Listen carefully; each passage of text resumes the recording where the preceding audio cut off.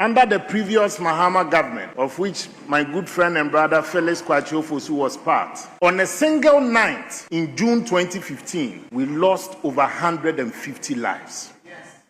Single night. Then the Ghanaian people asked them to retire in 2016. They spent 8 years studying what the Akufo-Addo government was initiating and implementing gradually. Mr. Speaker, again they inherited a country where, in fact, President Mahama is one of the luckiest presidents in the world. Your predecessor left a roadmap, completely had gone through a comprehensive review of Accra flooding situation. The Honorable Asenso Boachi, in his statement, clearly enumerated the number of projects initiated under the Akufo-Addo administration. Today, the NDC that took pride, solace, and comfort in politicizing every flood situation in Ghana from 2017 to 2024 is today playing the role of John Paul II, our Pope, late, and behaving as if Ghana only started in 2017. Mr. Speaker, behind the statistics we see on TV are human lives being lost. People have lost their livelihoods. Mr. Speaker, somebody might have gone for a 2,000 CD loan.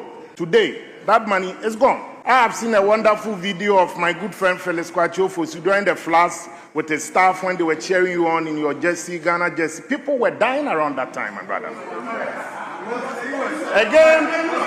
Again, Mr. Speaker, when the rain started, I can pardon Felix. I can pardon Felix when he's coming from a background of not knowing how this whole rain started. Mr. Speaker, he was in the US maybe when the rain started.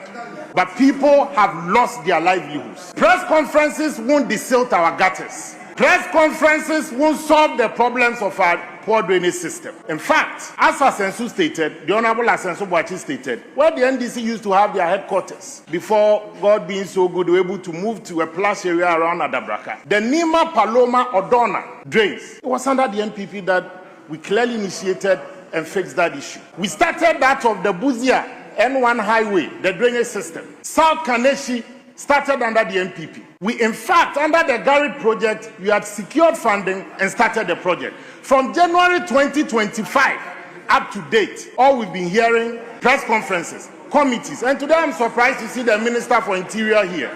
Because in the government's anti-flood task force, the Minister for Interior is not even part. So who is even managing the flood situation in our country? You put a deputy chief of staff with no compelling controlling role and mandate to coordinate two ministers, that of local government and that of works and housing, a deputy chief of staff.